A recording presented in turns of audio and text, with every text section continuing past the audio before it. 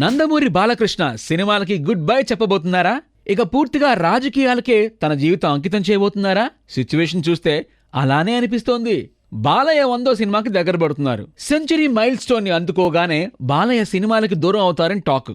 Present ఆయన 99వ చిత్రంగా డిక్టేటర్ని చేస్తున్నారు. ఆ తర్వాత బోయపాటితో 100వ సినిమా ఉంటుంది. సెంచరీ కొట్టాక ఆయన పాలిటిక్స్ కే పరిమితమయ్యే సూచనలు ఉన్నాయని ఫిలిం నగర్ సమాచారం. బాలయ్య మూడ్ పూర్తిగా పాలిటిక్స్ పై ఉందని, ఆయన సినిమాలపై దృష్టి పెట్టలేకపోతున్నారని ఆయన కాంపౌండ్ వర్గాలే చెబుతున్నాయి. బాలయ్య 99వ సినిమా డిక్టేటర్ లాంఛనంగా ప్రారంభమై 1 మంత్ అవుతుంది. అయితే ఇప్పటి వరకు షూటింగే స్టార్ట్ కాలేదు. ఆంధ్ర రాష్ట్రంలో రాజకీయాలు వేడివేడిగా నడుస్తున్న ఈ నేపథ్యంలో తాను సినిమాపై దృష్టి పెట్టలేను అని బాలయ్య చెప్తున్నారట.